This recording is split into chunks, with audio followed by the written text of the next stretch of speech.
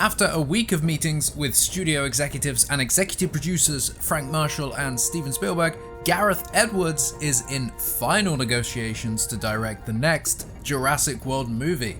Deadline just reported the news. The director of 2014's Godzilla has been tapped to direct the new movie. You can breathe a sigh of relief. I know I sure have, as this director is more than capable of turning around an excellent sci-fi adventure movie. Spielberg and Marshall were said to be aiming high, and honestly, I think they've scored. There's a few things to go over, but it looks like Jurassic World 4 is very much alive and on track for that 2025 release date. Welcome back to Jurassic Outpost. Let's get into it.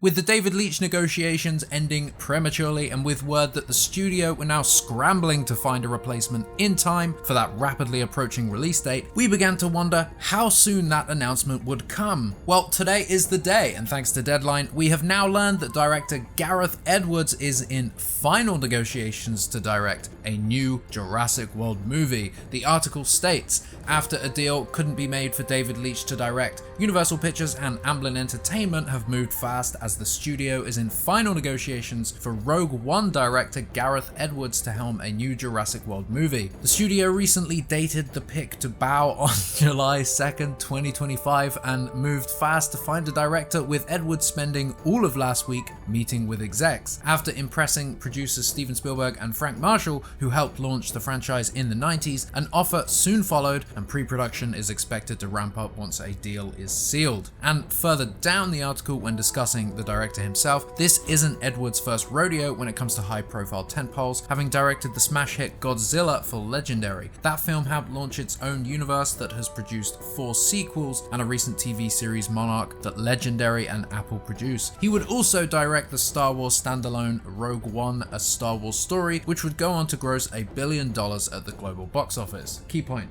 Super important. Hey, anybody tapped the keg yet? I'll pump. Right? So this isn't a director I thought we would hear about with the rush of the next movie, but one that I'm now not at all frustrated by. In fact, Gareth was always either on our director shortlist or made the honorable mentions because he's a filmmaker that seems to understand that era. He grew up and was inspired by the very movies that fit into the same collection that we put Jurassic Park in. So he understands the source material, he understands film of that era, films that inspired that era and those generations of filmmakers, and his own work shows a wide variety of that understanding and of talent, both for small scale projects and large scale. So let's look at all of this. Gareth's debut movie was the independent feature Monsters, which he wrote and directed, but he is also famously known for having done the visual effects himself too. He was also the cinematographer, and I'm pretty sure he edited that as well. Admittedly, it has been a while since I've watched 2010's Monsters, but I remember it fondly. A sci-fi horror set years after aliens have appeared on Earth. The story focuses on 2 characters, a journalist escorting his boss's daughter through an infected zone, and it really is a character story with a great vision for its monster counterparts. The movie was made for a modest $500,000 and made nearly $5 million at the box office and was the launch point for Gareth Edwards' career. His second feature was 2014's Godzilla, which is what the majority of people will probably know him from. The film has arguably been a bit of a divisive one, but I like to think of it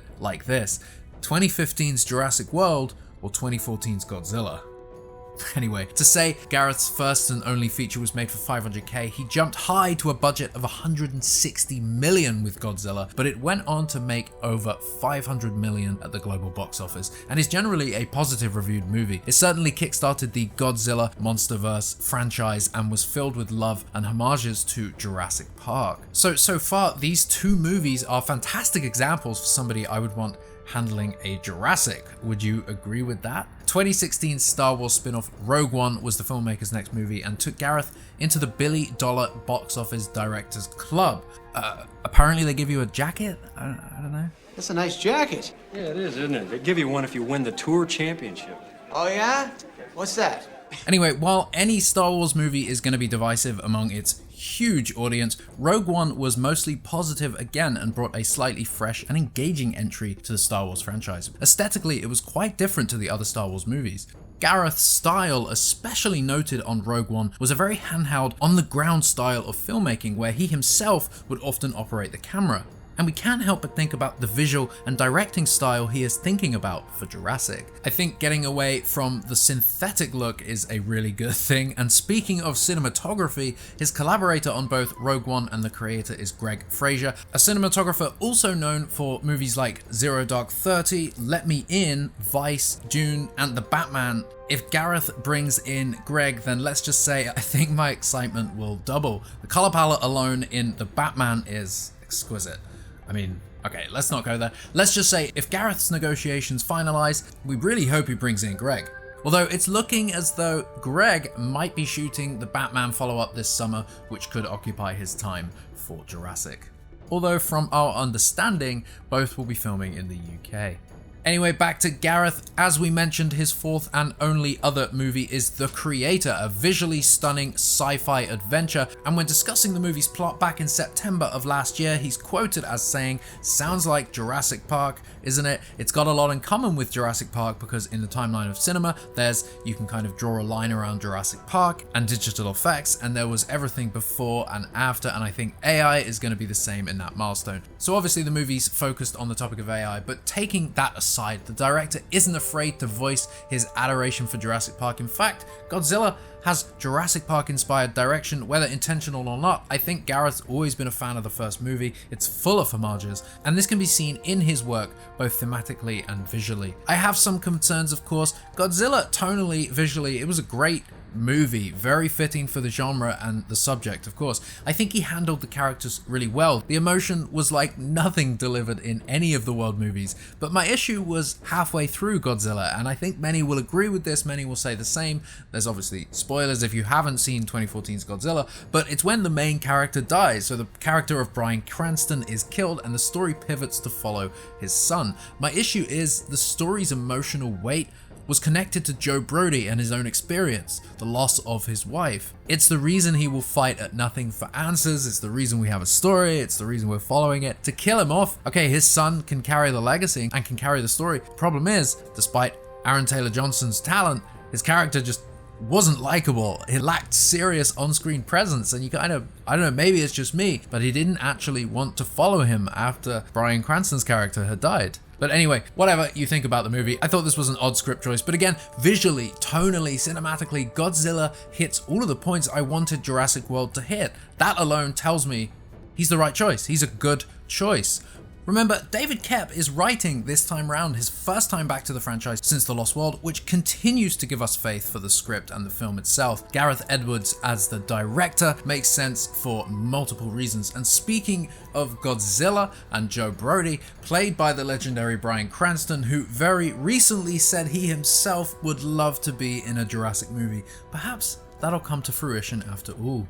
I love to be a part of Jurassic World. According to The Hollywood Reporter, production on this movie begins in June, and pre-production can start when the ink has dried on Edwards' contract. For some context, while this really is a short time frame to make the July 2nd, 2025 release, The Lost World Jurassic Park wrapped in December for a May release, with reshoots in February, and managed just fine, being literally the greatest movie ever made.